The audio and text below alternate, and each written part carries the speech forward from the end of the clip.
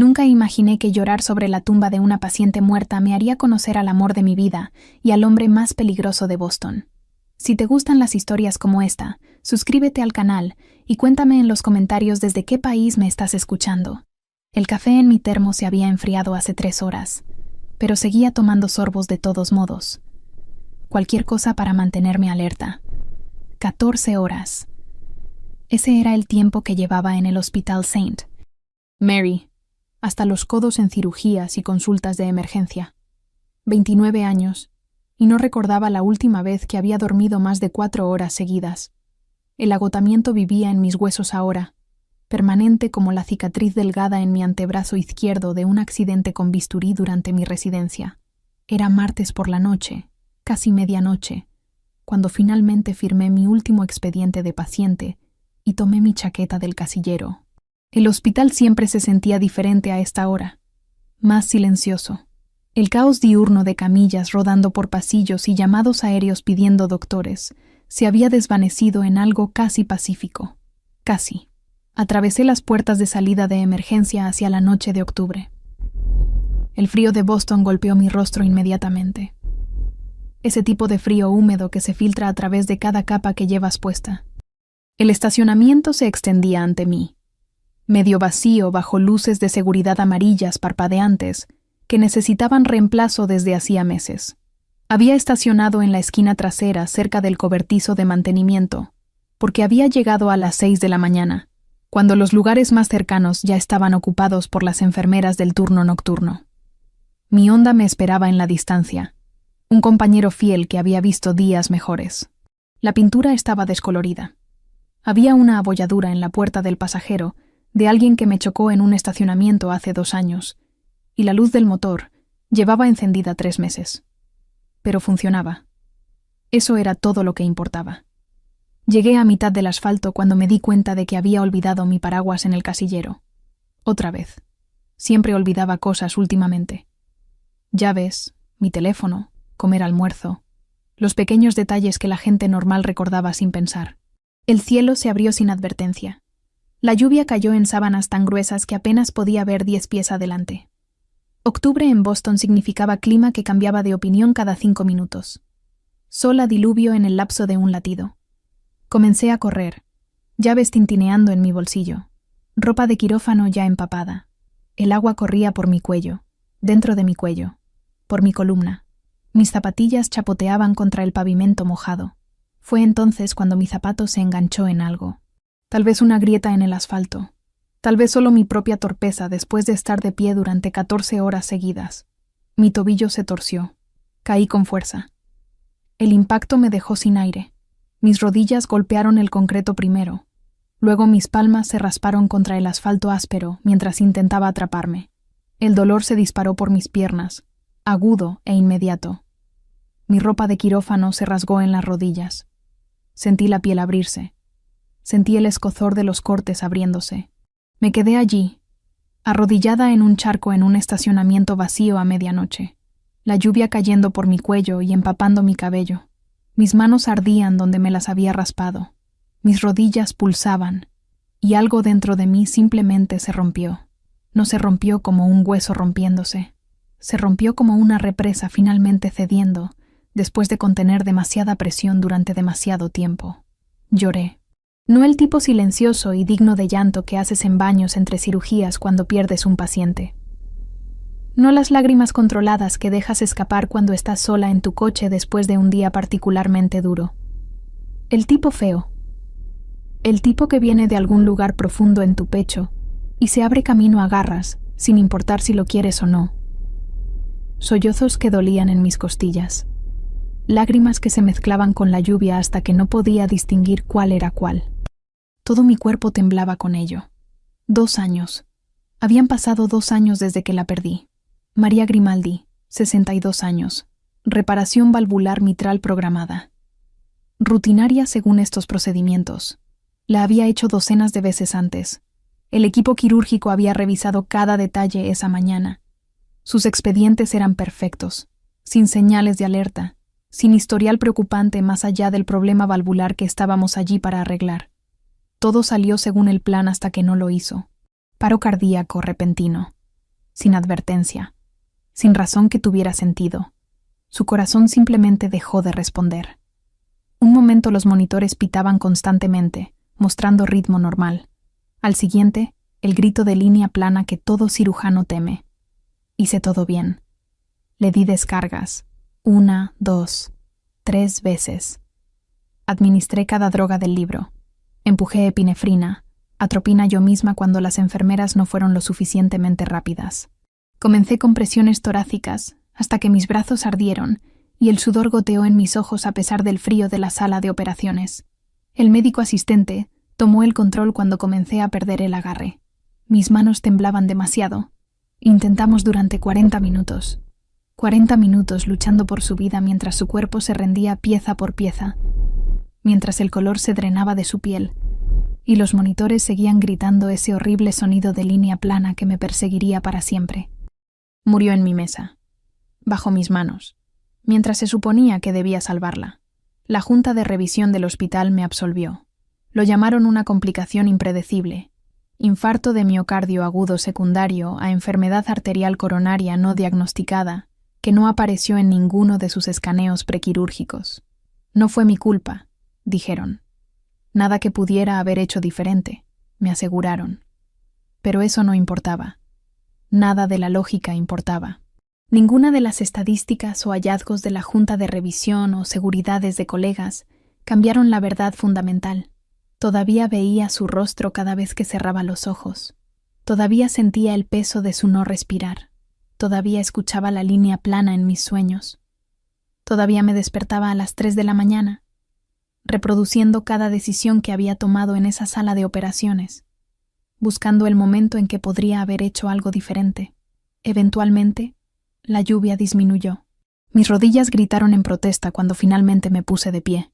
La sangre se filtraba a través de la tela rasgada de mi ropa de quirófano, mezclándose con el agua de lluvia. Cojeé hasta mi honda. Busqué torpemente las llaves porque mis manos no dejaban de temblar, y colapsé en el asiento del conductor. El agua goteaba de mi cabello sobre la tapicería. Mis manos dejaron manchas sangrientas en el volante. Me quedé allí por mucho tiempo. Motor apagado, solo respirando, solo tratando de recordar cómo ser una persona en lugar de una cosa rota arrodillada en un estacionamiento. Fue entonces, sentada en la oscuridad de mi coche, empapada y sangrando, cuando la idea se formó lentamente en mi mente como el amanecer rompiendo después de una larga noche. Podía ir ahora, antes de que comenzara mi turno a las 8. Podía ver dónde estaba enterrada. Tal vez decir la disculpa que debía haber dicho hace 2 años. Tal vez encontrar algún pequeño pedazo de paz. No me permití pensar en ello demasiado tiempo. Pensar llevaba a convencerme de lo contrario, a encontrar razones de por qué era una mala idea, a quedarme paralizada en la culpa para siempre. Encendí el motor y conduje hacia el cementerio Oak Ridge. El cementerio Oak Ridge estaba a 40 minutos fuera de Boston. Conduje en silencio, las calles vacías a las 4 de la mañana, observando cómo la ciudad daba paso a suburbios y luego a tramos de carretera bordeados de árboles desnudos. Octubre los había despojado ya. Se erguían como esqueletos contra el cielo previo al amanecer. Los portones del cementerio estaban abiertos cuando llegué. Nadie más estaba allí. Solo hileras e hileras de lápidas extendiéndose bajo un cielo gris que prometía más lluvia después.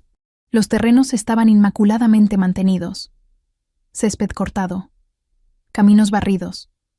Árboles plantados a intervalos regulares para proporcionar sombra durante los meses de verano. Conduje lentamente por los terrenos, buscando la sección listada en el obituario que había memorizado hacía 2 años. La encontré cerca de un grupo de viejos robles que daban al lugar su nombre. Estacioné mi coche y salí, aferrando los lirios blancos que había comprado en una tienda de 24 horas, como si pudieran desaparecer si no los sostenía fuerte. Su lápida era de granito negro con letras doradas. Simple, elegante. María Teresa Grimaldi, madre amada. Las fechas de su nacimiento y muerte. Nada sobre cómo murió. Nada sobre la cirujana que le falló. Nada sobre los 40 minutos de compresiones torácicas que no fueron lo suficientemente fuertes para traerla de vuelta. Me arrodillé en el césped. Estaba húmedo y frío, empapando mis jeans inmediatamente. No me importó. El dolor en mis rodillas raspadas se avivó de nuevo. pero lo ignoré. Perdón, susurré. Mi voz se quebró en las palabras. Perdón. No pude salvarte. Las palabras colgaron en el aire. Inadecuadas, patéticas, pero eran todo lo que tenía. Aparté las hojas muertas de la base de la lápida. Arreglé los lirios cuidadosamente en el jarrón de bronce construido en la piedra. Tracé las letras de su nombre con las yemas de mis dedos, sintiendo los surcos tallados en granito. No sé si puedes oírme. No sé si importa. Pero pienso en ti cada día.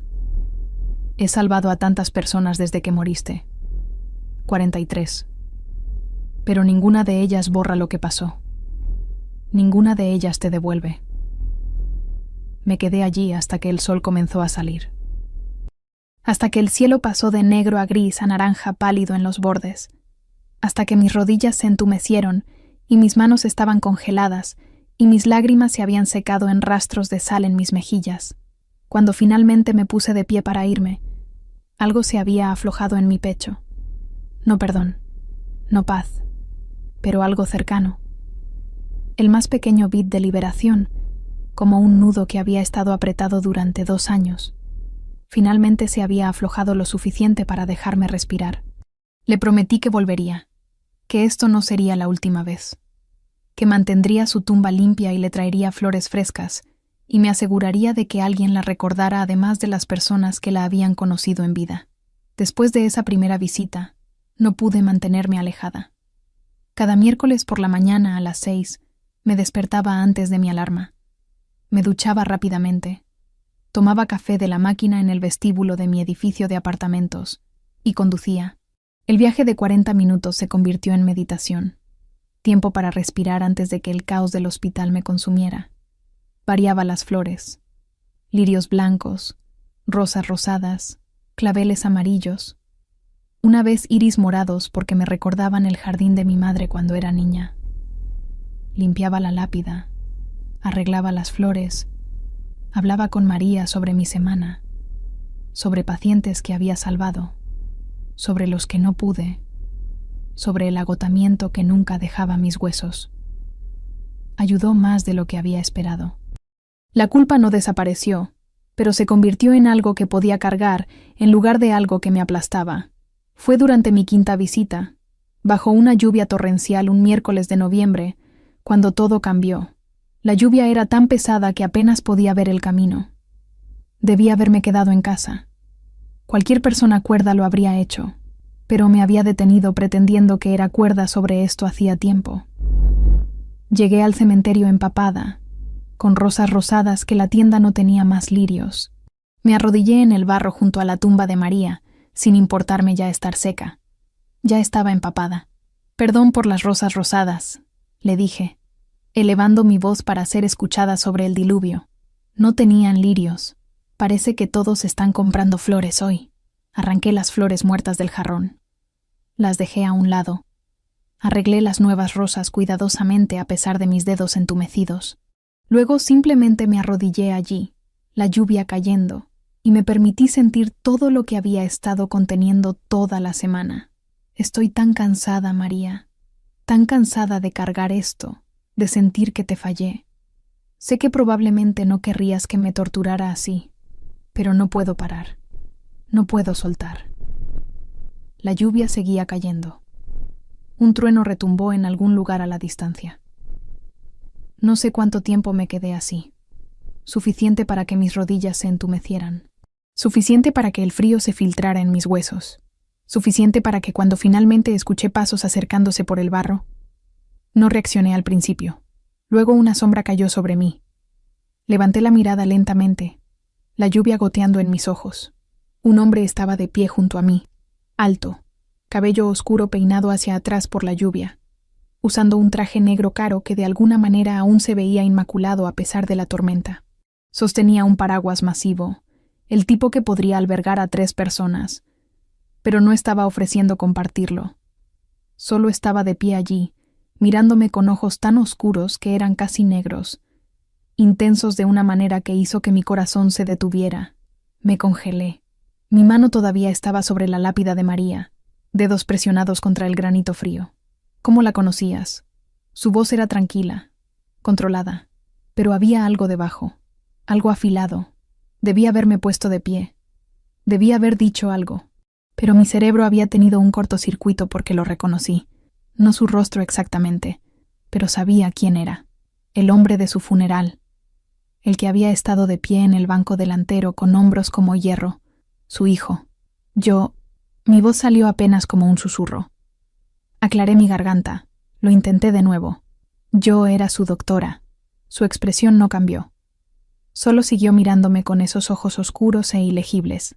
Su doctora. Sí. Finalmente me obligué a ponerme de pie. Aunque mis piernas temblaban por el frío o el miedo o ambos. Yo era su doctora. Antes de que ella... No pude terminar la oración. Antes de que muriera. Antes de que la dejara morir. Antes de que fallara en salvarla. Me estudió por un largo momento. La lluvia continuaba cayendo a nuestro alrededor. Estaba temblando ahora, los dientes comenzando a castañear, pero no podía apartar la mirada de él. «¿Vienes aquí seguido?», dijo. No una pregunta, una declaración. «¿Cómo sabes eso? Esta es la primera vez bajo la lluvia». ¿Qué significaba eso? ¿Me había visto antes? ¿Había estado observando? «Deberías salir de la tormenta», dijo. «Te enfermarás». Luego se dio la vuelta y se alejó. Así como así. No se presentó. No preguntó mi nombre. No exigió saber por qué había estado visitando la tumba de su madre cada semana durante un mes. Me quedé allí congelada, viéndolo desaparecer en la lluvia, viéndolo subir a ese SUV negro que había visto la semana pasada, viéndolo alejarse sin mirar atrás. Mi corazón latía con fuerza. Mis manos temblaban, y ya no era por el frío. Regresé tambaleándome a mi coche, empapada. Encendí el motor con dedos temblorosos. Puse la calefacción al máximo. Pero no podía dejar de temblar. Él sabía que venía aquí seguido, lo que significaba que me había visto antes. Había estado observando, siguiéndome, o venía él también a visitar a su madre y simplemente nunca nos habíamos cruzado hasta hoy. Debía haber preguntado su nombre. Debía haberme explicado mejor. Debía haber hecho algo más que quedarme allí como una idiota mientras me miraba con esos ojos oscuros y conocedores. Esa noche busqué su nombre. Lucas Grimaldi, empresario, dueño de varios negocios legítimos, bienes raíces, restaurantes, importación y exportación. Pero debajo de la superficie, susurros, conexiones con el crimen organizado, la familia Grimaldi, la mafia italiana de Boston. Debía haber estado aterrorizada. Debía haber reportado el encuentro a alguien. Debía haberme mantenido lejos de cualquier cosa conectada a ese mundo. No volví al cementerio la siguiente semana, ni la siguiente, hasta que una tarde, 3 semanas después, lo vi esperando junto a mi coche en el estacionamiento del hospital, y supe que huir había terminado. 3 semanas después del encuentro en el cementerio, terminé mi turno a las 4 de la tarde. Una rareza. Generalmente trabajaba hasta pasada la medianoche, pero había cambiado turnos con otro cirujano que necesitaba el fin de semana libre. Por una vez, tendría una noche completa de sueño. Caminé hacia el estacionamiento, con esa sensación ligera que viene de terminar temprano. El sol de noviembre todavía estaba alto, pintando el cielo de naranja y rosa. Hacía frío, pero no el frío brutal que llegaría en diciembre. Alcancé mi Honda, llaves en mano, y fue entonces cuando lo vi. El SUV negro estacionado justo al lado de mi coche, el mismo de aquella mañana lluviosa en el cementerio. Mi corazón se detuvo. Luego comenzó a latir el doble de rápido. Disminuí mi paso, debatiendo si dar la vuelta y regresar adentro. Llamar a seguridad. Hacer algo que no fuera caminar directo hacia el vehículo que sabía que le pertenecía a él. Pero entonces la puerta del conductor se abrió. Salió. Mismo traje caro, mismos ojos oscuros, misma presencia que hacía que el aire se sintiera más pesado. «Doctora Carter», dijo. No una pregunta. Sabía mi nombre. Me congelé a 5 pies de mi coche. «¿Cómo sabes quién soy? Hago que sea mi negocio saber cosas». Cerró la distancia entre nosotros en 2 pasos. No amenazante, solo directo. «Necesitamos hablar». «¿Sobre qué?» «Sobre Anthony, mi primo. El hombre que operaste hace 3 días». Por supuesto, por supuesto. Mi mente retrocedió a la emergencia del jueves por la noche. herida de bala en el abdomen. Anthony Pellegrini, 32 años, sin familiares listados. Oficial de policía estacionado fuera de su habitación preguntando sobre afiliaciones a pandillas. Había salvado su vida. 3 horas de cirugía, extrayendo la bala, reparando el daño. Había hecho mi trabajo sin juzgar, sin preguntar. Así era como funcionaba. Operaba. Salvaba vidas. No importaba quiénes eran. Tu primo está bien, dije, tratando de mantener mi voz firme.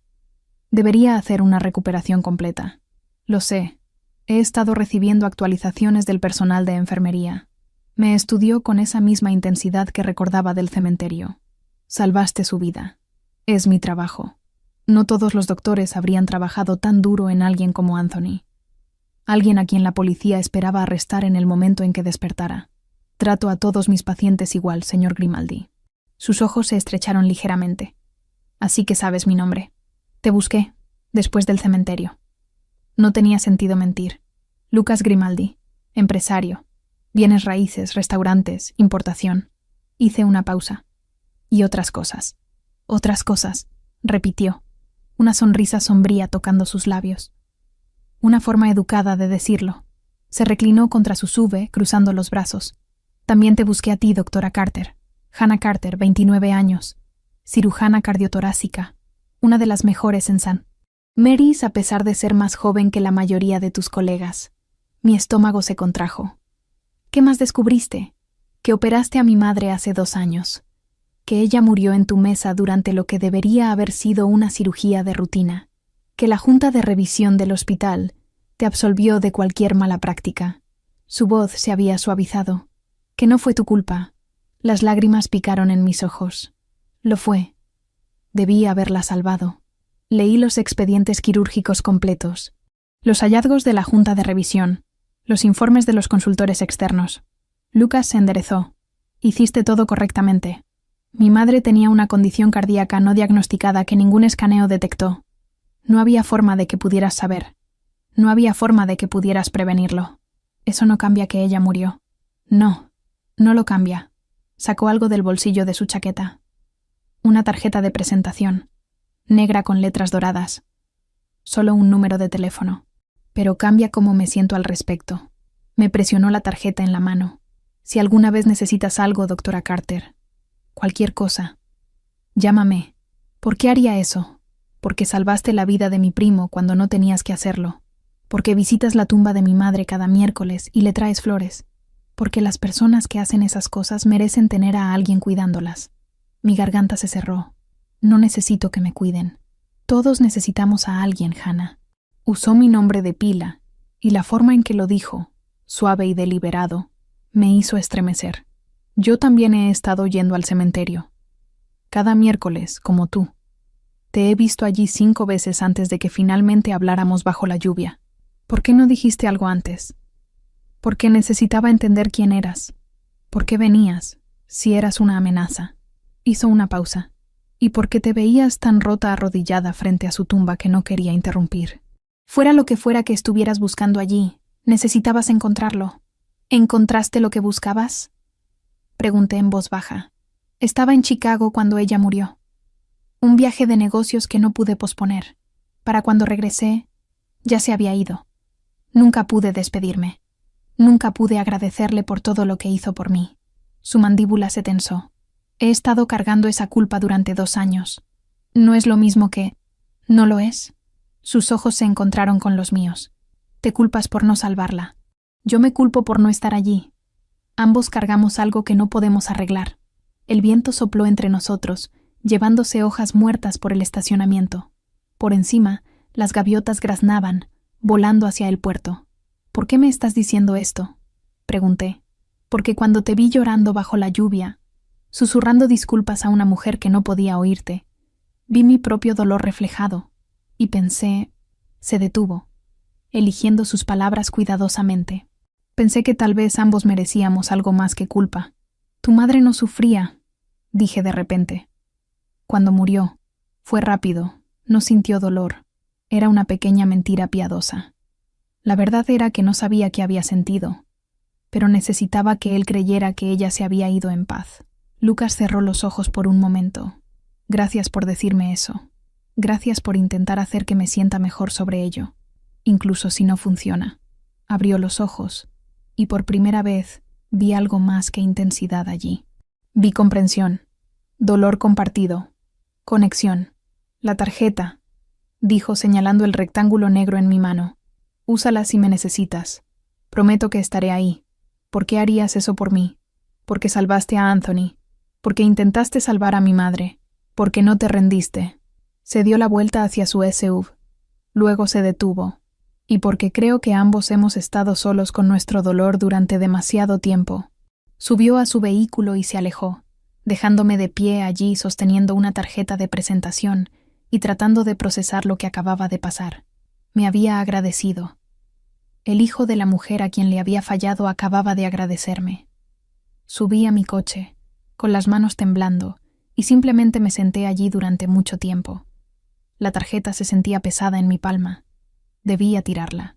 Debía no querer nada que ver con Lucas Grimaldi o su familia, o cualquier mundo en el que operaran que involucrara primos recibiendo disparos bajo custodia policial. Pero no la tiré. La deslicé en mi billetera. Me dije que era solo porque sería grosero tirarla inmediatamente. Me dije que nunca llamaría realmente a ese número. Conduje a casa. Hice cena que no comí. Me acosté en la cama mirando el techo hasta las 3 de la mañana. 2 días después, volví al cementerio. Mañana temprano, cielo gris amenazando lluvia. Traje rosas blancas esta vez y me arrodillé frente a la tumba de María como siempre lo hacía. Tu hijo vino a verme, le dije. Lucas. No es lo que esperaba. Me agradeció. Aunque no pude salvarte. Me agradeció. El viento susurró entre los robles. Un pájaro llamó en algún lugar a la distancia. No sé qué hacer con eso, admití. No sé qué significa nada de esto.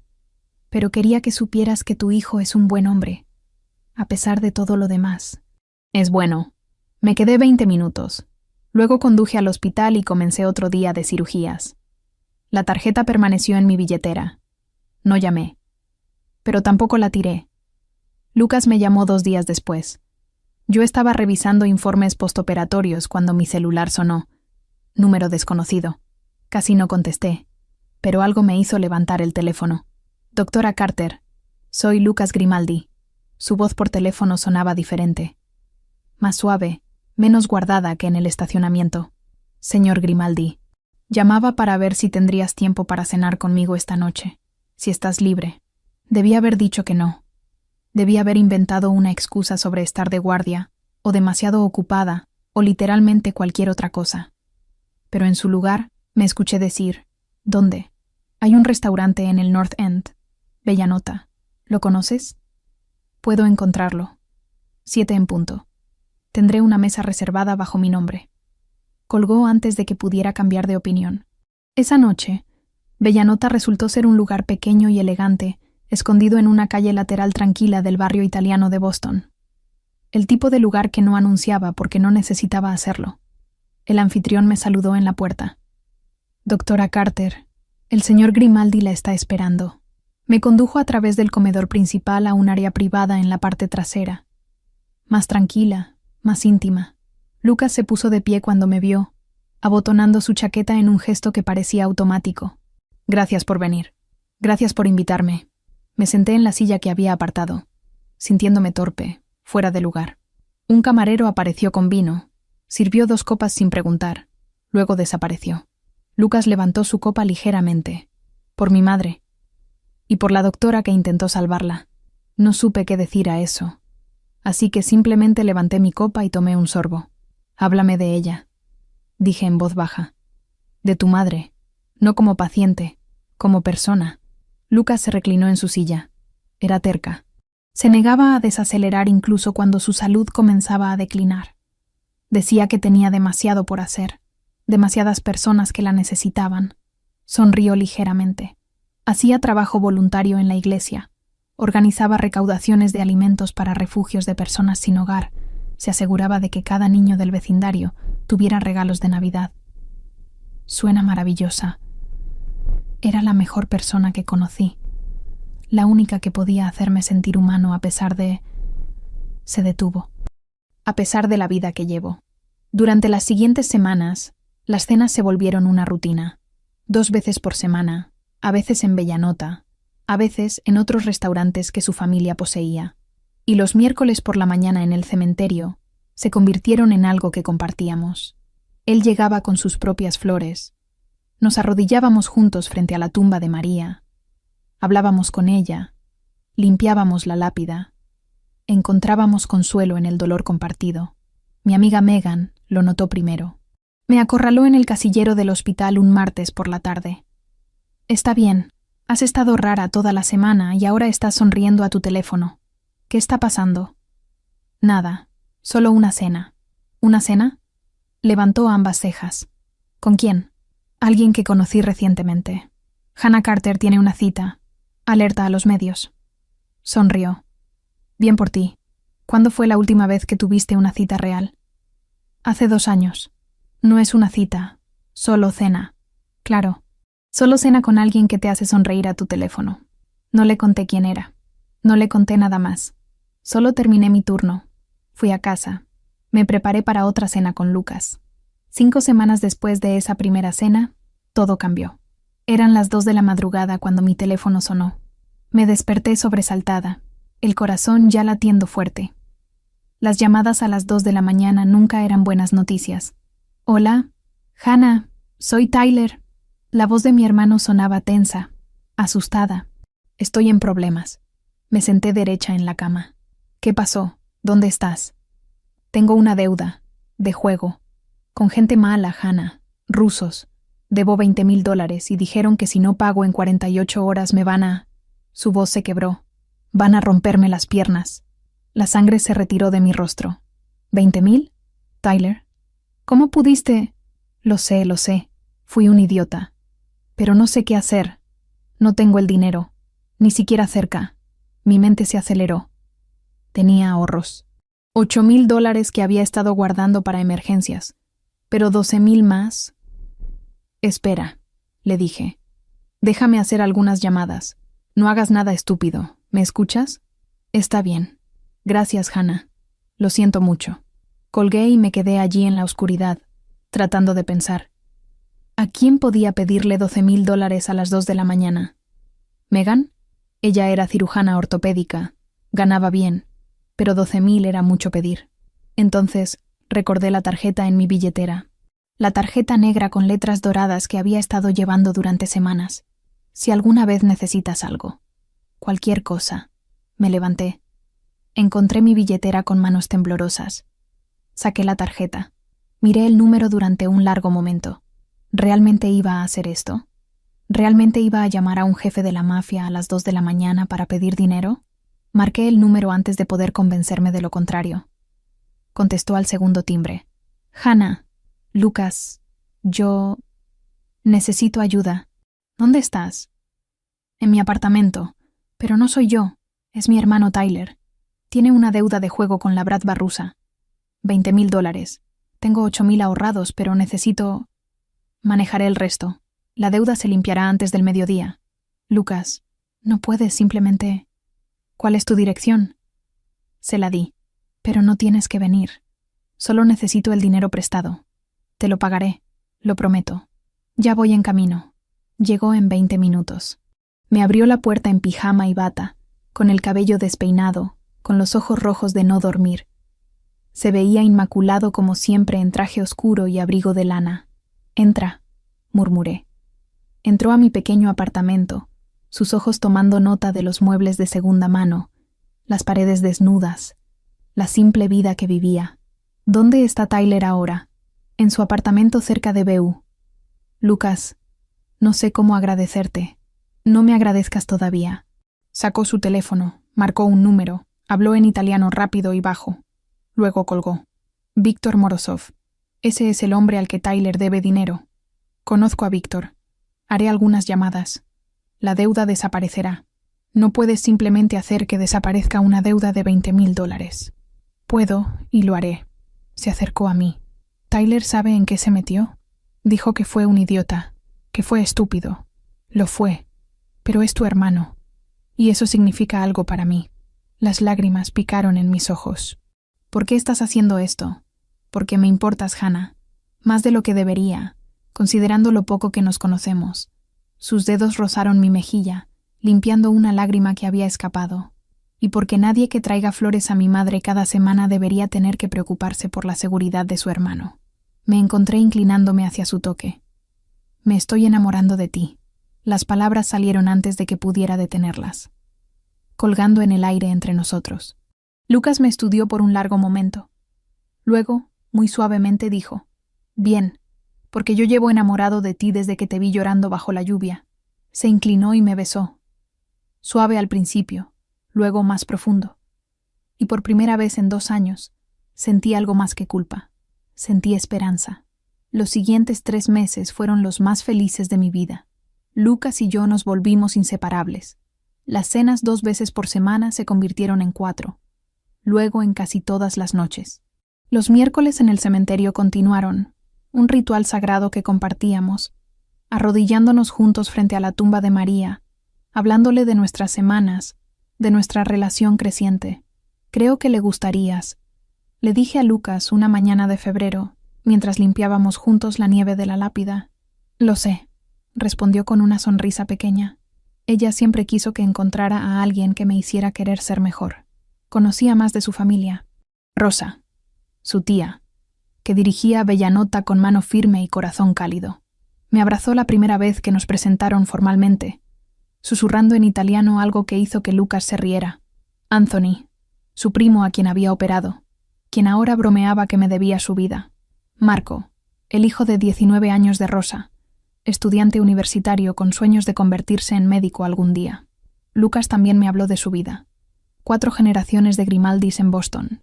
Negocios legítimos que su bisabuelo había construido desde cero. Restaurantes, bienes raíces, empresas de importación. Pero también el otro lado. Las operaciones de apuestas. Las importaciones que no siempre pasaban por aduanas. El territorio que necesitaba protección. El código de honor que la familia mantenía. Líneas que nunca cruzarían. «No drogas», me dijo una noche, mientras cenábamos en su apartamento, un penthouse con vistas al puerto. «Nunca drogas. No tráfico humano. Esas son líneas rojas para mí». Pero el resto, se encogió de hombros. «El resto es lo que heredé cuando mi padre murió hace 10 años. ¿Alguna vez pensaste en alejarte? Cada día. Pero hay obligaciones. Gente que depende de mí. Familias que he protegido durante años». Sus dedos se entrelazaron con los míos. «Aunque te prometo, Hannah, mantendré mi mundo separado del tuyo. No dejaré que ese lado de mi vida te toque». Era una promesa que no podría mantener. Llegó la llamada a las 2 de la madrugada un viernes de marzo. Lucas estaba en mi apartamento, donde había comenzado a pasar la mayoría de las noches. Su teléfono vibró en la mesita de noche. Lo vi tensarse mientras leía el mensaje. «Tengo que irme», dijo, ya levantándose de la cama. «¿Qué pasó?» «Problema con la tríada del dragón verde. Un conflicto territorial que ha estado gestándose durante semanas». Se vistió rápidamente. «Nada de qué preocuparse. Solo necesito manejarlo». Lucas se inclinó, me besó. «Volveré antes del amanecer. Te amo». «Yo también te amo». Lo observé irse, un nudo de preocupación apretándose en mi estómago. No volvió antes del amanecer. A las 6 de la mañana, cuando debería haber estado conduciendo al cementerio, mi teléfono sonó. «Rosa. Hannah, necesito que vengas al restaurante. Ahora. Es urgente». Llegué en 15 minutos.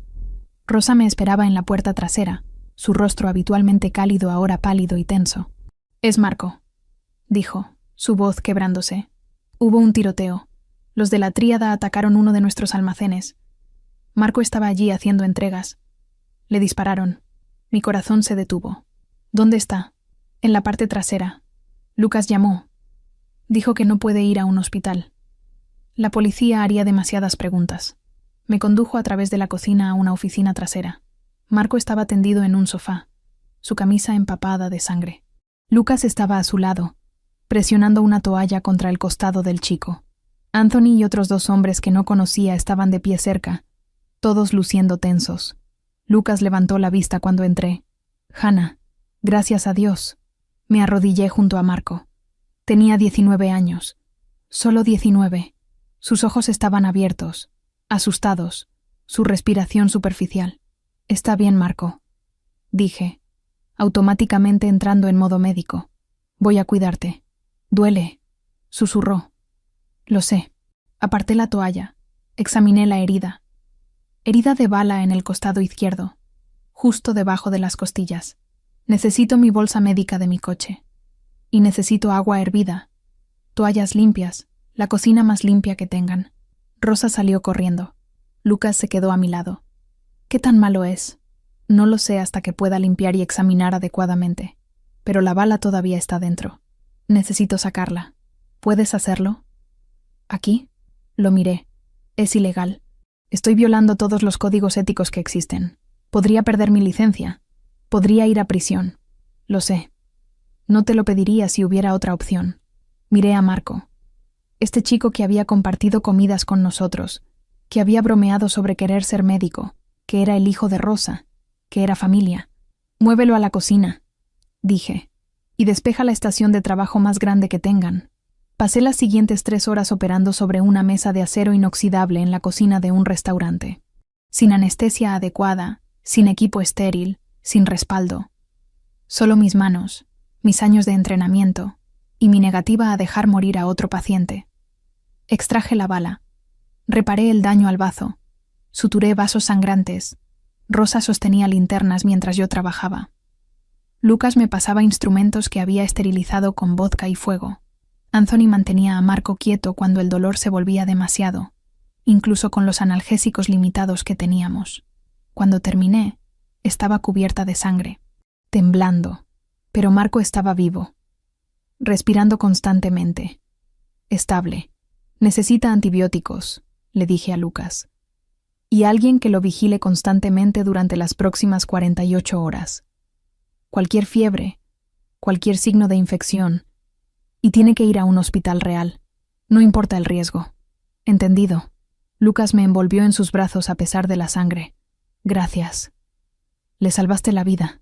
Rosa lloraba, besando mi frente, mis mejillas, murmurando bendiciones en italiano. Esa noche, de vuelta en el apartamento de Lucas, me quedé bajo la ducha hasta que el agua caliente se acabó, viendo la sangre de Marco irse por el desagüe. Me puse una de las camisas de Lucas. Me acurruqué en su cama. Él entró, recién duchado, su propio cabello todavía húmedo. Se deslizó en la cama junto a mí. «Lo siento», dijo en voz baja. «Prometí mantener mi mundo separado del tuyo.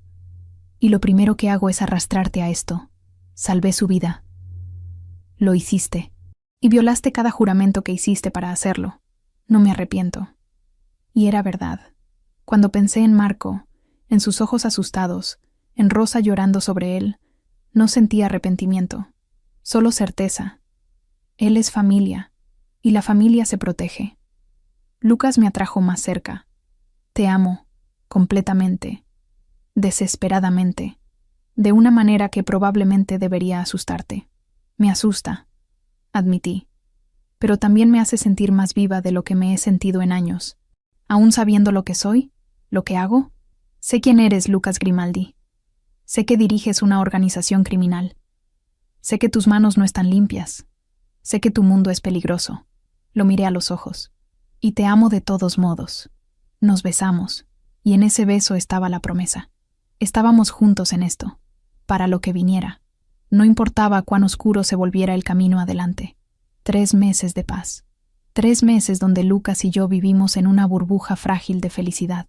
Me mudé a su penthouse en abril, dejando atrás mi pequeño apartamento en Dorchester.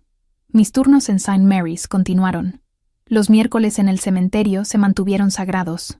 Marco se recuperó completamente. Incluso comenzó a ayudar en la clínica comunitaria donde yo hacía trabajo voluntario los sábados. Todo parecía perfecto. Demasiado perfecto. La guerra territorial con la tríada del Dragón Verde había estado hirviendo bajo la superficie durante meses. Pequeños incidentes. Envíos interceptados. Amenazas veladas. Lucas manejaba cada situación con la precisión calculada de alguien que había nacido en este mundo. Pero en junio, todo estalló. Estaba terminando una cirugía un martes por la tarde cuando mi teléfono vibró con un mensaje de texto de un número desconocido. Una foto. De mí. Saliendo del hospital esa misma mañana. Debajo de la foto, un mensaje en inglés roto. Linda doctora.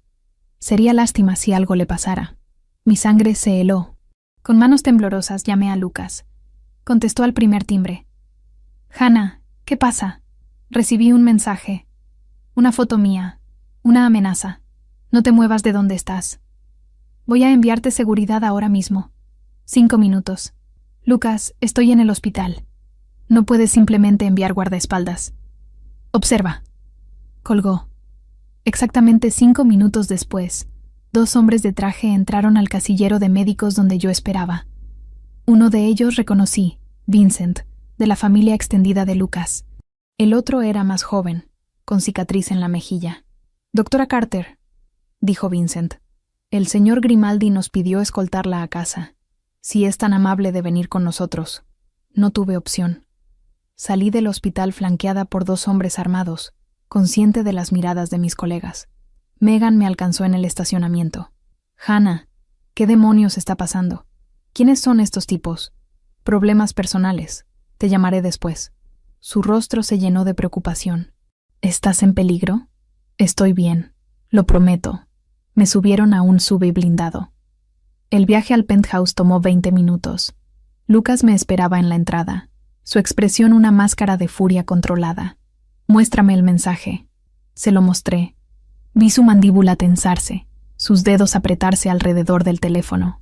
«Chen Wei», dijo en voz baja, «el nuevo líder de la tríada, está escalando. ¿Por qué me están amenazando a mí? No tengo nada que ver con tus negocios». «Porque saben que eres lo que más me importa». Me atrajo hacia él.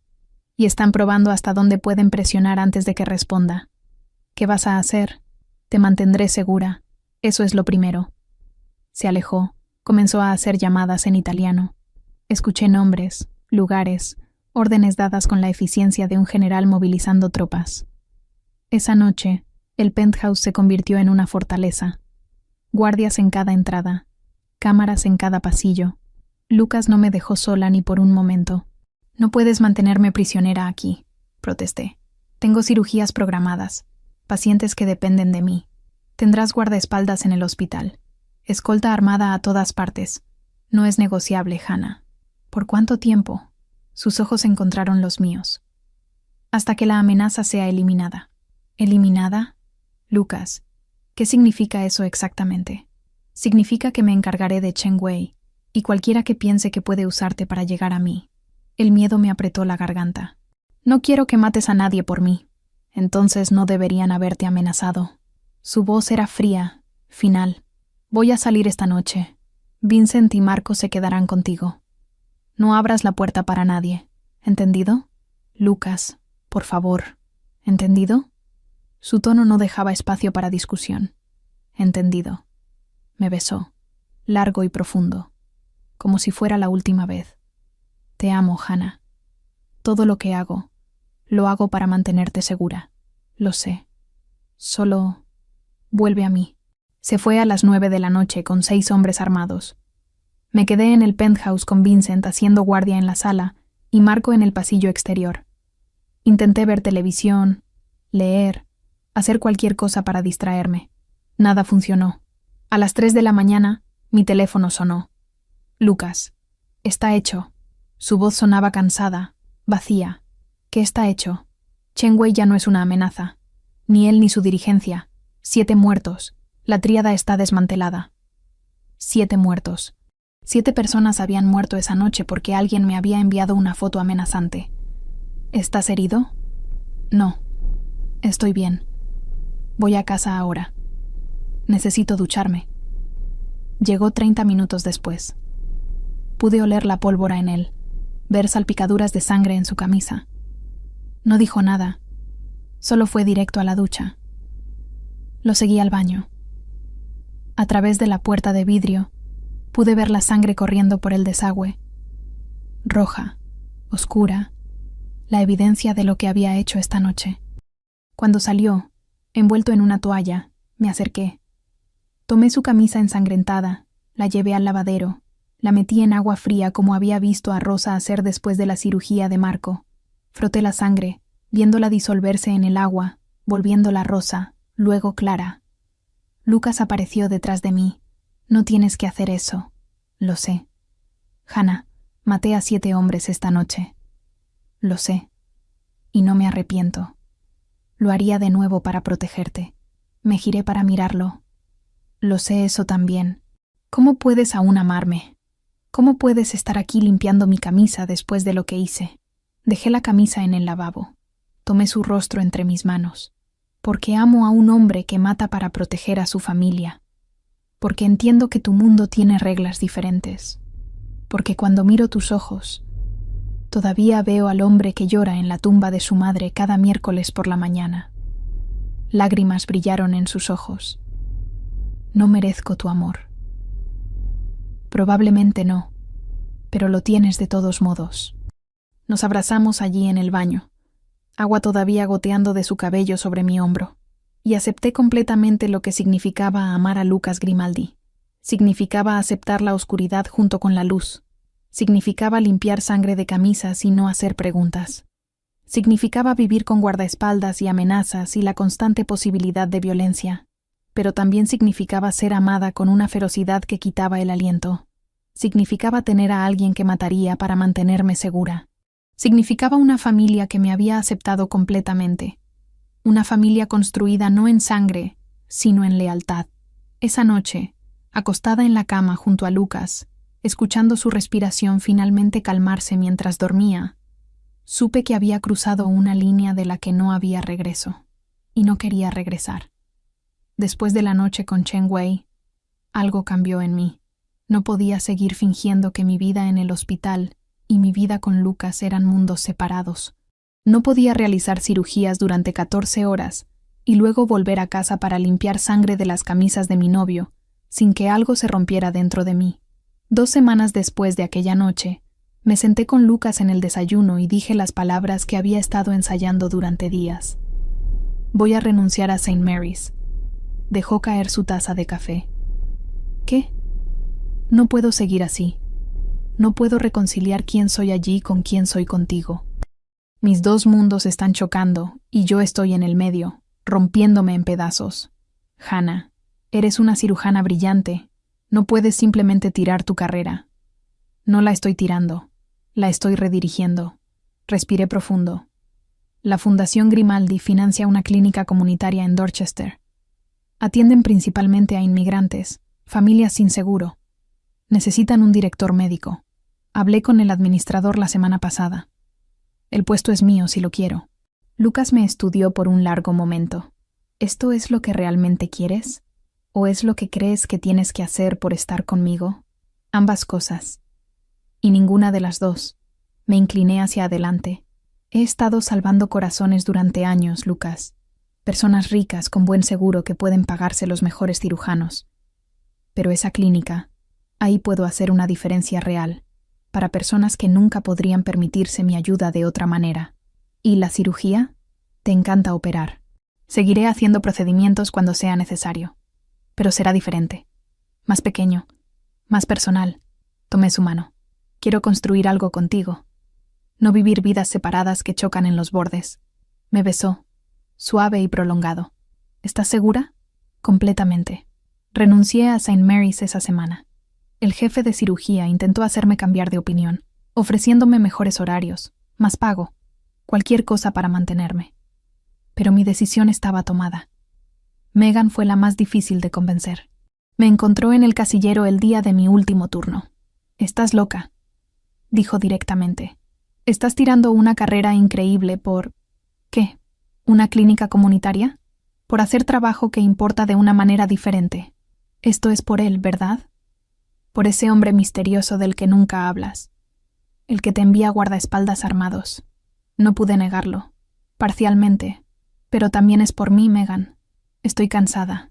Cansada de las horas, de la política, de salvar gente que me demandará si algo sale mal. Quiero algo más. ¿Y si no funciona? ¿Y si terminas con este tipo y te arrepientes? Entonces lidiaré con eso cuando llegue. Pero por ahora esto se siente correcto. Me abrazó fuerte. Está bien, pero si necesitas algo, cualquier cosa, me llamas. ¿Entendido? Entendido. La clínica comunitaria Esperanza era pequeña. Solo 10 habitaciones de examen, una sala de procedimientos menores y una farmacia que distribuía medicamentos a costo. Pero el personal era apasionado, los pacientes agradecidos, y el trabajo satisfactorio de una manera que St. Mary's nunca había sido. Rosa comenzó a trabajar allí 2 días a la semana, ayudando con traducción para pacientes que solo hablaban italiano o español. Marco, completamente recuperado de su herida de bala, se inscribió en un programa de asistente médico y comenzó a hacer prácticas con nosotros. Tyler visitaba mensualmente, todavía incómodo alrededor de Lucas, pero agradecido por su intervención con la deuda de juego. Había conseguido un trabajo en una firma financiera, finalmente tomando en serio su vida. «Tu hermana me asusta», me confesó Lucas una noche después de una cena particularmente tensa con Tyler. «¿Por qué?» «Porque me mira como si estuviera evaluando exactamente dónde enterrar mi cuerpo si te lastimo». Reí. «Probablemente lo está haciendo. Es protector. Bien. Deberías tener gente que te proteja, incluso de mí». Los miércoles en el cementerio continuaron siendo nuestro ritual sagrado, pero algo había cambiado. La culpa que había cargado durante 2 años, el peso aplastante de haber fallado a María, se había suavizado en algo manejable.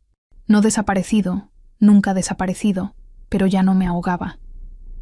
Una mañana de agosto, mientras arreglábamos juntos lirios blancos en el jarrón de bronce, le dije a Lucas: «Creo que tu madre nos trajo el uno al otro». «¿Qué quieres decir?» «Mi culpa por no salvarla me trajo aquí cada semana. Tu dolor por no despedirte de ella hizo lo mismo. Si ninguno de los dos hubiera estado cargando ese peso, nunca nos hubiéramos encontrado». Entonces le debo más de lo que pensé. Se arrodilló junto a la tumba de su madre. «Gracias, mamá, por traerla a mi vida, por darme algo por lo que vale la pena ser mejor. Miré a este hombre, este criminal confeso que mataba para proteger a su familia, que lloraba en la tumba de su madre, que me amaba con una ferocidad que aún me quitaba el aliento, y me di cuenta de que estaba completamente en paz con las decisiones que había tomado. Esa tarde, de regreso en el penthouse, estábamos preparando la cena juntos cuando Lucas de repente se arrodilló. Mi corazón se detuvo. «¿Qué estás haciendo?» «Practicando», dijo con una sonrisa pequeña. «Hay algo que quiero preguntarte pronto. Algo importante. Pero primero, necesito hacer las cosas correctamente». «¿Correctamente cómo?» Se puso de pie. Me atrajo a sus brazos. «Ya lo verás. Ten paciencia conmigo». 2 semanas después, un miércoles por la mañana a principios de septiembre, llegamos al cementerio como siempre. Pero esta vez había algo diferente. La tumba de María ya tenía flores frescas, lirios blancos, exactamente como los que yo solía traer. «¿Rosa estuvo aquí?», pregunté. «Sí», dijo Lucas. «Le pedí que viniera temprano hoy». «¿Por qué?». Se arrodilló frente a la tumba de su madre. Luego me miró. Extendió su mano. «Arrodíllate conmigo, Hannah». Lo hice, mi corazón latiendo con fuerza. «Mi madre era la persona más importante en mi vida durante 33 años», comenzó Lucas. «Ella me enseñó qué significa el amor. Me enseñó honor, lealtad, familia.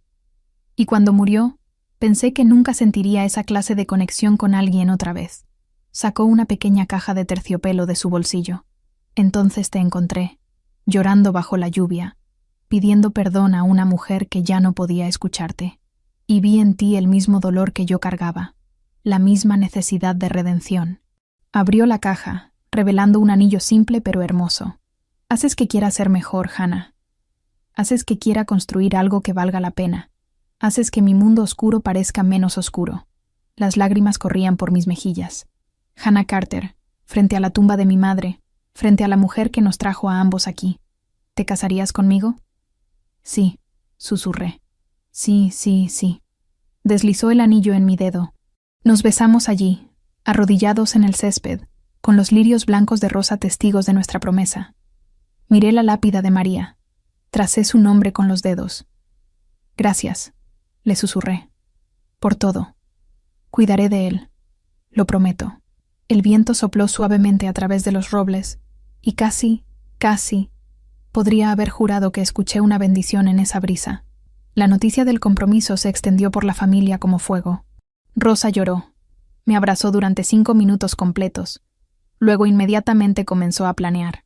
La boda será en la iglesia de San Antonio, declaró, donde fue el funeral de María. Un círculo completo. La idea me robó el aliento.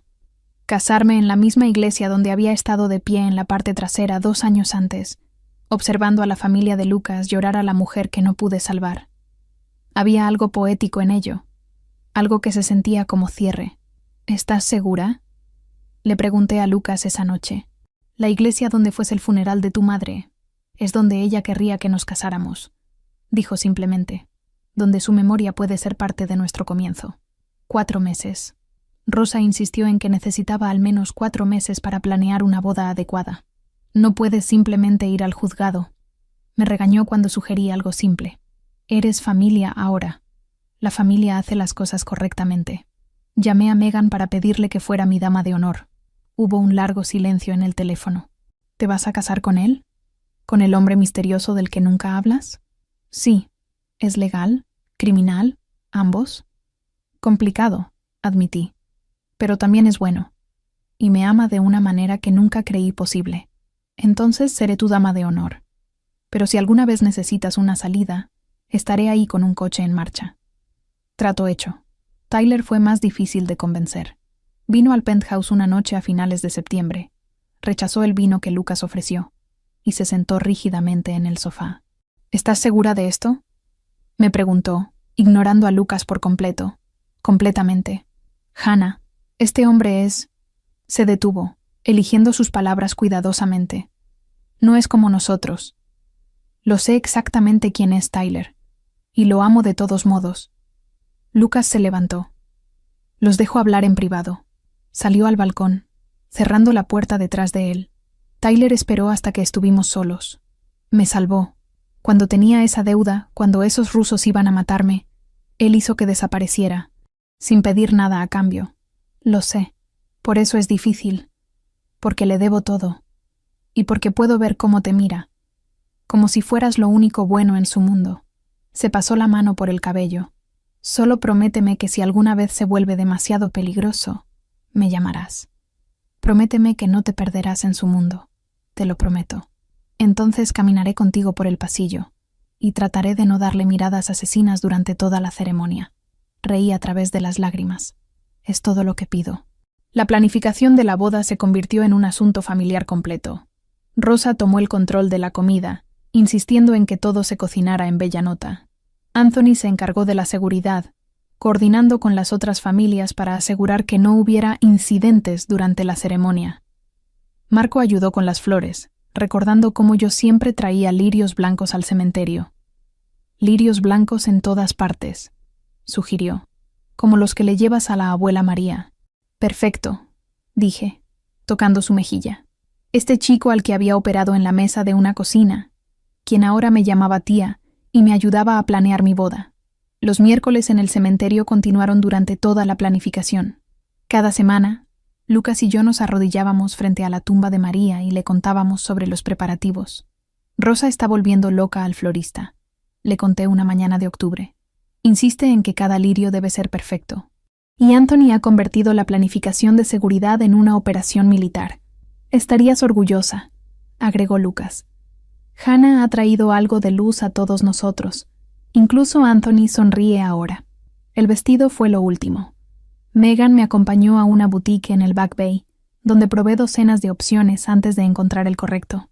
Simple, elegante, sin mangas, con una falda que fluía.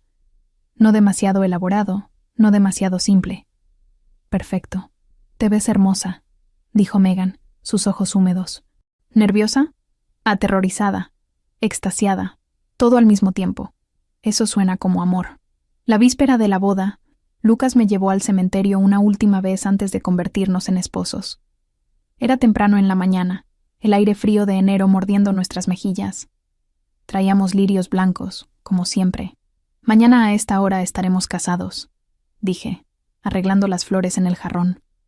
¿Asustada de arrepentirte? ni por un segundo. Me volví hacia él. Esto fue construido sobre dolor y culpa y pérdida. Pero se convirtió en algo hermoso, algo real. Mi madre habría querido esto. Habría querido que encontrara a alguien que me hiciera mejor. ¿Crees que nos está observando? Sé que lo está. Lucas puso su mano sobre la lápida. Mamá, mañana me caso con la mujer que intentó salvarte. La mujer que ha visitado tu tumba cada semana durante 2 años. La mujer que me enseñó que el amor puede crecer incluso del dolor más profundo. Las lágrimas corrieron por mis mejillas. Gracias, María, por traerlo a mi vida, por este hombre imposible, complicado y perfecto. Prometo amarlo con todo lo que tengo. El día de la boda amaneció claro y frío. Un sábado perfecto de enero. El sol brillando sobre la nieve recién caída. La iglesia de San Antonio se veía hermosa, decorada con lirios blancos, exactamente como habían estado en el funeral de María 2 años antes. Me quedé en la sala trasera con Megan, mi vestido perfecto, mi cabello peinado en ondas sueltas, mi corazón latiendo tan fuerte que pensé que explotaría. ¿Lista?, preguntó Megan. Más que nunca. La música comenzó. Tyler me ofreció su brazo, sus ojos brillantes con lágrimas no derramadas. Papá y mamá estarían orgullosos, susurró. Yo estoy orgulloso. Caminamos por el pasillo, y allí estaba Lucas, de pie al frente de la iglesia en un traje negro impecable, sus ojos oscuros fijos en mí con una intensidad que me robó el aliento. Rosa lloraba en la primera fila. Anthony sonreía. Marco me hizo un guiño. El padre Gianni, quien había conocido a Lucas desde que era niño, realizó la ceremonia. Sus palabras eran tradicionales, hablando de amor y compromiso y familia. Pero cuando llegó el momento de los votos, Lucas tomó mis manos y dijo sus propias palabras. Hannah, me encontraste en mi momento más oscuro. Me enseñaste que la redención es posible, que el amor puede crecer incluso en la sombra. Prometo protegerte, honrarte, amarte todos los días de mi vida. Lucas, dije, mi voz temblando. Me salvaste sin siquiera saberlo. Me diste una razón para perdonarme, una razón para seguir adelante. Prometo estar a tu lado, en la luz y en la oscuridad, todos los días de mi vida. ¿Aceptas a este hombre como tu esposo? Acepto. ¿Aceptas a esta mujer como tu esposa? Acepto. Entonces los declaro marido y mujer. Puede besar a la novia.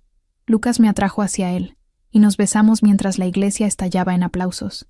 La misma iglesia donde su madre había sido velada. La misma iglesia donde el dolor nos había traído juntos. Ahora, la misma iglesia donde comenzábamos nuestra vida juntos. La recepción en Belanota fue exactamente lo que Rosa había prometido. Una celebración italiana completa y ruidosa que llenó el restaurante de risa, música y amor. Las mesas prácticamente se doblaban bajo el peso de la comida. Pasta fresca hecha a mano, cordero asado con romero, verduras asadas con aceite de oliva que Rosa había traído personalmente de Italia, pan crujiente todavía caliente del horno. El vino fluía libremente. Chianti de la región de donde la familia Grimaldi había emigrado 4 generaciones atrás.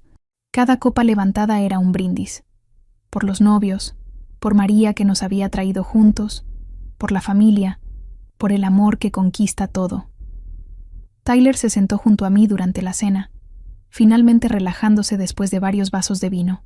Está bien, admitió, observando a Lucas hablar con algunos de los hombres mayores de la familia. Puedo ver por qué lo amas. La forma en que te mira, como si fueras la única persona en la habitación, lo es para mí también. ¿Eres feliz, Hannah? ¿Realmente feliz? Más de lo que jamás pensé que sería posible. Se inclinó y besó mi mejilla. Entonces eso es todo lo que importa. Pero si alguna vez te hace llorar, todavía lo mataré. Reí. Trato hecho. Megan hizo un discurso que me hizo llorar y reír al mismo tiempo. Conocí a Hannah en la residencia quirúrgica hace 5 años. Comenzó, su voz ligeramente temblorosa por la emoción. Era la más seria de todos nosotros. Trabajaba más duro, se preocupaba más profundamente, se culpaba cuando las cosas salían mal. Hizo una pausa, buscándome con la mirada. Durante 2 años después de perder a una paciente, la vi cargar esa culpa como un peso físico. Dejó de sonreír. Dejó de vivir. Solo existía, moviéndose de una cirugía a la siguiente, sin realmente estar presente. Pero en los últimos meses, algo cambió. Comenzó a sonreír de nuevo, a reír, a parecer como si el peso se hubiera levantado. Levantó su copa hacia Lucas. No sé exactamente qué haces, Lucas Grimaldi. Y probablemente no quiero saber. Pero le devolviste a mi amiga. Por eso, tienes mi gratitud eterna. Solo una cosa. Agregó, sus ojos encontrándose con los de Lucas. Si alguna vez la lastimas, soy cirujana ortopédica. Sé exactamente dónde romper cada hueso en tu cuerpo. Y lo haré. La habitación estalló en risas. Lucas se levantó, inclinó su cabeza hacia Megan. Trato justo. Anthony hizo el siguiente discurso, manteniéndolo corto. Hannah me salvó la vida cuando me dispararon. No hizo preguntas. Solo hizo su trabajo. Esa noche aprendí que el carácter de una persona se muestra en cómo trata a quienes no pueden darles nada a cambio. Levantó su copa. A Hannah y Lucas. Que su amor sea tan inquebrantable como el honor que ambos muestran. La música comenzó alrededor de las 9. Una banda en vivo tocando una mezcla de canciones italianas tradicionales y estándares americanos. Lucas me llevó a la pista de baile para nuestro primer baile como esposos. ¿Nerviosa?, preguntó mientras me giraba en sus brazos. Aterrorizada de pisar tus pies. Nunca fui buena bailando. Entonces déjame guiarte. Nos movimos juntos, su mano firme en mi espalda, nuestros cuerpos encontrando un ritmo que se sentía tan natural como respirar. El resto del mundo se desvaneció. Solo éramos nosotros dos, girando bajo las luces suaves, rodeados de personas que nos amaban. Te amo, señora Grimaldi. Susurró contra mi oído. Te amo, esposo. Después de nuestro baile, Lucas bailó con Rosa, quien lloró en su hombro mientras él la guiaba alrededor de la pista.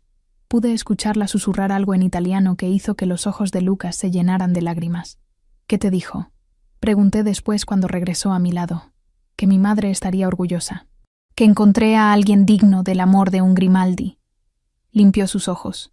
Y que ya es hora de darle bisnietos. Reí, mi corazón tan lleno que pensé que podría estallar. Tyler me pidió un baile alrededor de las 10. Nos movimos torpemente, ninguno de nosotros particularmente gracioso. Mamá y papá habrían amado esto, dijo. Habrían amado verlos a ti y a mí felices. Lo sé. Y habrían estado aterrorizados por tu esposo. Definitivamente.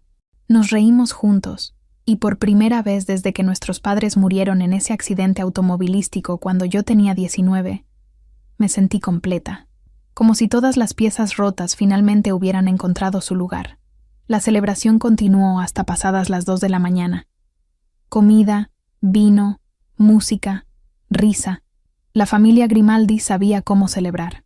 Pero finalmente, cuando el último invitado se fue, cuando Rosa nos abrazó una última vez con lágrimas corriendo por su rostro arrugado, Lucas y yo nos escabullimos a la terraza trasera. El aire de enero era helado, pero me aferré a su brazo, inhalando la noche tranquila después de horas de celebración ruidosa. Hoy fue perfecto, dije. Casi perfecto, corrigió. Falta una cosa. ¿Qué? Me giró para mirarlo, su rostro serio a la luz de la luna. Hay algo que necesito decirte, algo que debería haberte dicho antes, pero tenía miedo de arruinar este día perfecto. Mi estómago se contrajo. ¿Qué pasa? No es nada malo, prometo. Solo... respiró profundo. Estoy tan feliz en este momento, tan increíblemente feliz. Y tengo miedo de que si parpadeo, desaparecerá. No va a desaparecer. Esto es real, Lucas. Somos reales. Lo sé. Pero he vivido tanto tiempo en la oscuridad que a veces olvido que se permite la luz. Puse mi mano en su mejilla. Entonces te lo recordaré. Cada día. Que mereces felicidad. Que mereces amor. Que mereces esto. Nos besamos bajo las estrellas, el frío olvidado, el resto del mundo desaparecido. Solo éramos nosotros dos, esposo y esposa, comenzando el resto de nuestras vidas juntos. Cuando finalmente nos separamos, tomé su mano y la puse sobre mi estómago. Hay una cosa más que debería decirte. Algo que descubrí la semana pasada. Sus ojos se ampliaron. Hannah, estoy embarazada. 6 semanas. Por un momento, simplemente me miró fijamente. Luego una sonrisa se extendió por su rostro, transformándolo completamente. ¿Vamos a tener un bebé? Vamos a tener un bebé. Me levantó, girándome en círculos mientras reía, el sonido puro de alegría. ¿Un bebé? ¿De verdad? De verdad. Me bajó, sus manos enmarcando mi rostro.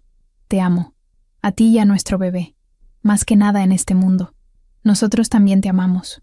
Nos quedamos allí en la terraza, el aire frío de Boston a nuestro alrededor, planeando el futuro, hablando de nombres, de cuartos de bebé, de cómo le diríamos a la familia. Rosa probablemente lloraría durante una semana. Tyler probablemente entraría en pánico por ser tío. Megan probablemente haría una lista de todo lo que necesitábamos hacer antes de que llegara el bebé. Pero todo eso podía esperar. Por ahora, era solo nosotros dos bajo las estrellas. Esposo y esposa. Pronto seremos 3. La luna de miel tuvo que esperar. Con el bebé en camino y la clínica requiriendo mi atención, Lucas y yo decidimos posponer cualquier viaje hasta después del nacimiento. Además, bromeó, ¿qué podría ser más romántico que pasar nuestras primeras semanas como esposos renovando el cuarto de bebé? Rosa lloró exactamente como predije cuando le contamos sobre el embarazo. Un bisnieto, sollozó, abrazándome tan fuerte que casi no podía respirar. María estaría tan feliz, tan feliz. Tyler tuvo la reacción opuesta. ¿Ya? ¿Ni siquiera esperaron un mes después de la boda? Técnicamente, el bebé fue antes de la boda, admití. Su rostro palideció. No necesitaba saber eso. Definitivamente no necesitaba saber eso. Lucas se rió, palmeando el hombro de mi hermano. Vas a ser un gran tío. Voy a ser un tío aterrorizado. Ni siquiera puedo mantener viva una planta. Los meses del embarazo pasaron en un borrón de felicidad. Mi vientre crecía, la clínica prosperaba, y Lucas se volvió ridículamente sobreprotector. Insistió en que dejara de trabajar después del 7º mes. Insistió en acompañarme a cada cita médica. Insistió en que comiera cada 3 horas, que descansara cada tarde, que no levantara nada más pesado que un vaso de agua. Vas a volverme loca, le dije una tarde cuando me encontró intentando mover una silla en la clínica. Bueno, una esposa loca es mejor que una esposa herida. Es una silla, Lucas. No una bomba. Para mí, todo lo que podría lastimarte es una bomba. Megan visitaba cada 2 semanas, trayendo libros de bebés y consejos médicos que yo, como doctora, ya sabía, pero apreciaba de todos modos. Todavía no puedo creer que vayas a ser mamá, dijo durante una de sus visitas, cuando yo estaba de 6 meses. ¿Recuerdas cuando solíamos trabajar turnos de 36 horas y sobrevivir con café y determinación? Ahora sobrevivo con café descafeinado y determinación. No es tan diferente, excepto que ahora estás casada con un mafioso y embarazada de su bebé. Definitivamente diferente. Cuando lo dices así, suena como una telenovela. Porque lo es. Una telenovela hermosa e insana. Los miércoles en el cementerio se volvieron más difíciles a medida que mi embarazo avanzaba. Arrodillarse se convirtió en un desafío, y levantarse requería la ayuda de Lucas. Pero nunca nos perdimos ni una semana. Este ritual era demasiado importante, demasiado sagrado. A los 6 meses de embarazo, cuando mi vientre era imposible de ignorar, me arrodillé torpemente frente a la tumba de María con Lucas sosteniéndome firme. Hola María, comencé, mi mano descansando sobre mi vientre. Sé que han pasado 2 años desde que hablé contigo por primera vez, desde que vine aquí llorando, pidiendo perdón por no poder salvarte. Una brisa suave sopló entre los robles, llevando el aroma de la tierra y las flores frescas. Pero hoy no vengo a pedir perdón. Vengo a agradecerte. Las lágrimas comenzaron a correr por mis mejillas. Por traerme a tu hijo. Por esta vida imposible que hemos construido juntos. Por este bebé que crece dentro de mí. Lucas se arrodilló a mi lado, su brazo rodeando mis hombros. Mamá, dijo suavemente, quiero que conozcas a mi esposa. Oficialmente, Hannah Grimaldi. La mujer que me enseñó que el perdón es posible, que el amor puede crecer del dolor más profundo. Lo siento por no poder salvarte, susurré, tocando la lápida. Pero prometo cuidar a tu hijo. Prometo enseñar a nuestro bebé sobre ti, sobre tu bondad, tu generosidad, tu amor. Y prometo ser el hombre que me enseñaste a ser, agregó Lucas. honrado, leal, protector de los que amo. Nos quedamos allí en silencio por un largo momento, nuestras manos entrelazadas, mi otra mano sobre el vientre donde nuestro bebé pateaba suavemente. El sol se filtraba entre las ramas, creando patrones de luz sobre el césped. Un pájaro cantó en algún lugar cercano. Creo que está bendiciendo a nuestro bebé, dije. Sé que lo está, respondió Lucas. El 7º mes trajo un ultrasonido que reveló que estábamos esperando una niña. Lucas lloró cuando el técnico nos lo dijo, lágrimas corriendo por su rostro mientras miraba fijamente la pantalla. Una niña, susurró. Vamos a tener una niña. ¿Decepcionado por no tener un niño? ¿Bromeas? ¿Una niña que se parezca a ti? Es lo más perfecto del mundo. Esa noche, acostados en la cama con sus manos sobre mi vientre, discutimos nombres. María, dije finalmente. Quiero llamarla María, en honor a tu madre. Lucas me miró durante un largo momento, sus ojos brillando con emoción. ¿Estás segura? Eso es mucho peso para llevar. Tu madre nos trajo juntos. Sin ella, sin mi culpa por perderla, nunca habría ido al cementerio. Nunca te habría conocido. Nunca habríamos construido esta vida. Tomé su mano. María no es un peso, es un regalo. María Grimaldi. Probó el nombre. Perfecto. El 8º mes fue el más difícil. Hinchazón, dolor de espalda, dificultad para dormir. Lucas se convirtió en mi enfermero personal, frotando mis pies, ajustando almohadas, trayéndome agua en medio de la noche sin quejarse nunca. No tienes que hacer todo esto, le dije una noche cuando me despertó por 5ª vez para ir al baño, y él insistió en acompañarme. Tú estás creciendo a nuestra hija. Lo menos que puedo hacer es ayudarte a caminar al baño. Te amo, ¿sabes? Lo sé. Te amo más. A las 38 semanas, un miércoles por la mañana, entramos en trabajo de parto. Estábamos en el cementerio, por supuesto, visitando a María como hacíamos cada semana. Me había arrodillado torpemente, con la ayuda de Lucas, y estaba arreglando lirios blancos frescos cuando sentí la primera contracción. Lucas, dije calmadamente, creo que es hora. Su rostro palideció. ¿Ahora? ¿Aquí? No voy a dar a luz en el cementerio. Pero sí, creo que el trabajo de parto comenzó. Me ayudó a ponerme de pie. Prácticamente me cargó al coche. Pero antes de irnos, me giré una última vez hacia la tumba de María. Gracias, susurré, por todo. Nos vemos pronto con tu nieta. El parto duró 12 horas. 12 horas de dolor que hicieron que la cirugía pareciera fácil. Lucas estuvo a mi lado cada minuto, sosteniendo mi mano, dejándome apretarla tan fuerte que probablemente le rompí algunos huesos, susurrando palabras de aliento incluso cuando le grité que esto era su culpa. A las 11:37 de la noche, María Grimaldi llegó al mundo. 6 libras, 5 onzas de perfección absoluta. Tenía el cabello oscuro de Lucas, mi nariz, y los pulmones más fuertes que jamás había escuchado. Es perfecta, lloró Lucas, sosteniendo a nuestra hija por primera vez. Absolutamente perfecta, como su abuela, dije, observando a mi esposo cuna a nuestra hija con una ternura que me partió y sanó el corazón al mismo tiempo. Rosa llegó 1 hora después, llorando tan fuerte que las enfermeras se preocuparon. Anthony trajo flores. Marco trajo un oso de peluche casi tan grande como el bebé. Tyler apareció nervioso pero emocionado, sosteniendo torpemente a su sobrina como si fuera cristal. «¿Eres tío ahora?», le dije. «Oficialmente aterrorizado», respondió, «pero también oficialmente enamorado». Esa noche, cuando todos se habían ido y María dormía en mis brazos, Lucas se sentó en el borde de mi cama de hospital. «Gracias», dijo suavemente. «¿Por qué? Por darme esto, esta familia, esta vida, por enseñarme que merezco felicidad». Nos dimos esto el uno al otro.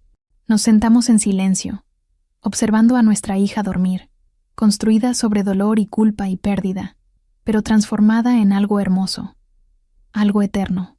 6 semanas después del nacimiento de María, hice lo que había estado posponiendo. Era un miércoles por la mañana, temprano, el sol apenas asomándose sobre el horizonte. Lucas me ayudó a acomodar a nuestra hija en el portabebés, envolviéndola en mantas para protegerla del frío de marzo. ¿Estás segura de que está lista?, preguntó, su mano protectora sobre la cabecita de María. Está lista. Es hora de que conozca a su abuela. El viaje al cementerio Oak Ridge se sintió diferente esta vez.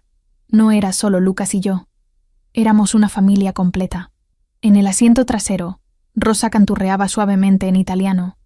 Anthony conducía con cuidado inusual. Y Marco sostenía un enorme ramo de lirios blancos. Llegamos cuando el cementerio apenas abría. El terreno lucía hermoso bajo la luz del amanecer.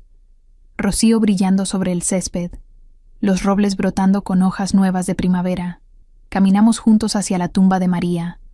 Nuestros pasos en silencio sobre el camino de grava. Me arrodillé frente a la lápida.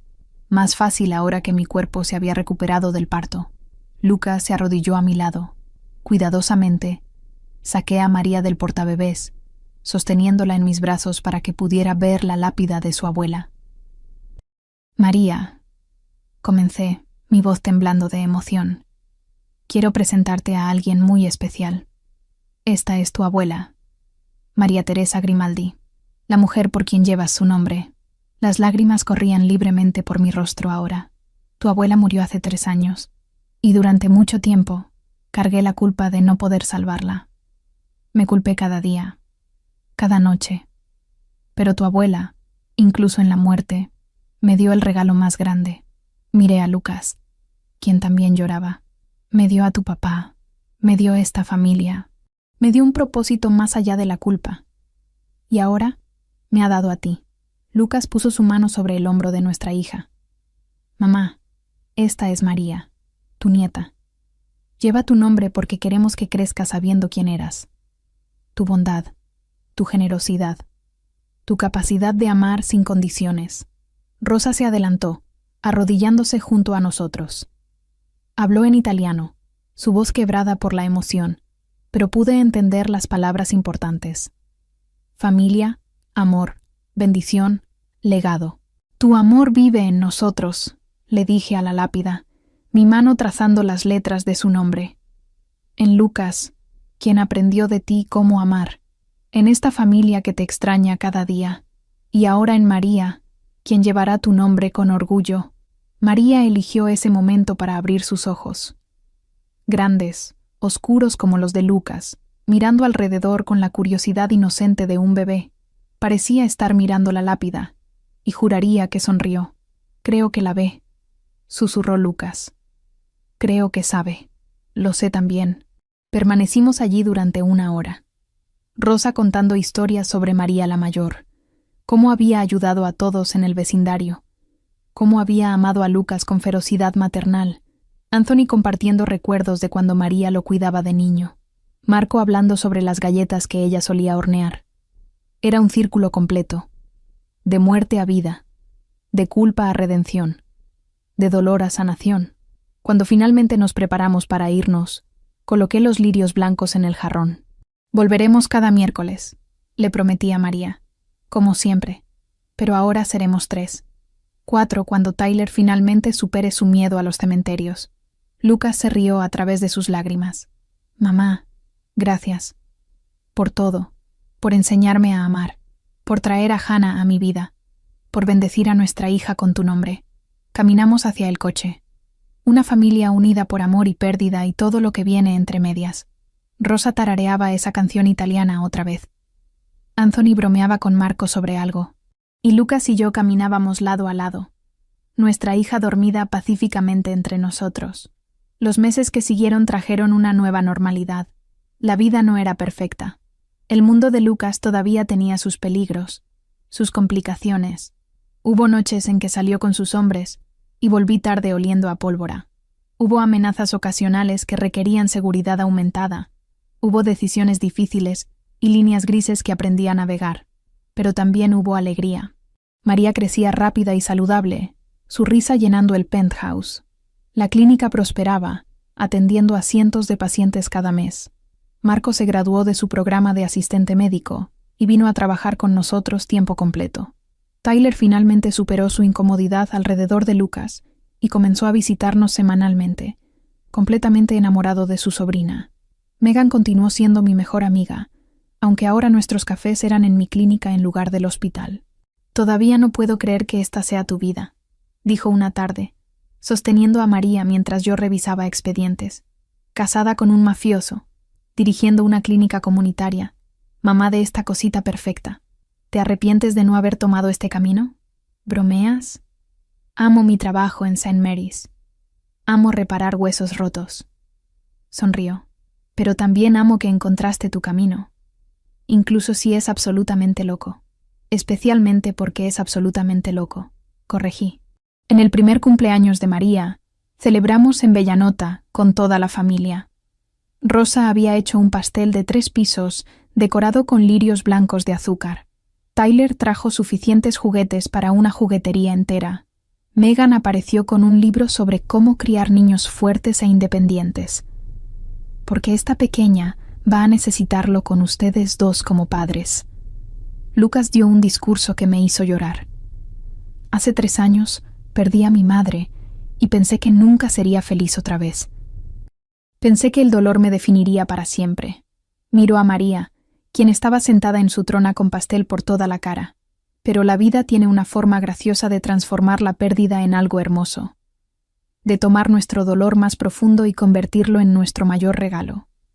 Así que levanto mi copa por María, mi madre, quien nos trajo a todos juntos, por Hannah, mi esposa, quien me enseñó que la redención es posible, y por esta pequeña María, quien lleva el legado de su abuela hacia el futuro. Esa noche, después de que todos se fueran, Lucas y yo nos sentamos en el balcón con María dormida entre nosotros.